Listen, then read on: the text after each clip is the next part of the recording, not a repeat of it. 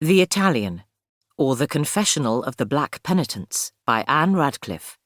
Read by Georgina Sutton for Naxos Audiobooks.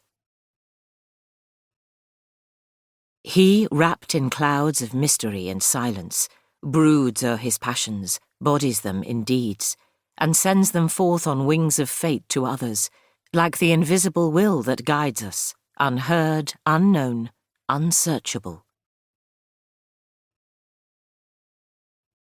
About the year 1764, some English travellers in Italy, during one of their excursions in the environs of Naples, happened to stop before the portico of the Santa Maria del Pianto, a church belonging to a very ancient convent of the Order of the Black Penitents.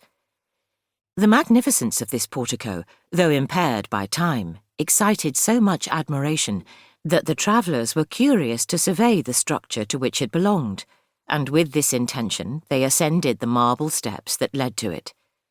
Within the shade of the portico, a person with folded arms and eyes directed towards the ground was pacing behind the pillars the whole extent of the pavement, and was apparently so engaged by his own thoughts as not to observe that strangers were approaching. He turned, however, suddenly, as if startled by the sound of steps, and then, without further pausing, glided to a door that opened into the church and disappeared. There was something too extraordinary in the figure of this man, and too singular in his conduct, to pass unnoticed by the visitors.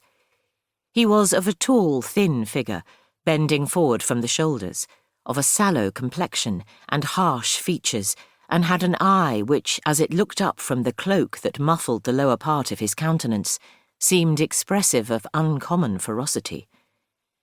The travellers, on entering the church, looked round for the stranger who had passed thither before them, but he was nowhere to be seen, and through all the shade of the long aisles, only one other person appeared. This was a friar of the adjoining convent, who sometimes pointed out to strangers the objects in the church which were most worthy of attention, and who now, with this design, approached the party that had just entered. The interior of this edifice had nothing of the showy ornament and general splendour which distinguish the churches of Italy, and particularly those of Naples, but it exhibited a simplicity and grandeur of design considerably more interesting to persons of taste,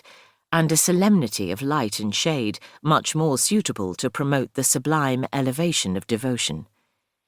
When the party had viewed the different shrines, and whatever had been judged worthy of observation, and were returning through an obscure aisle towards the portico,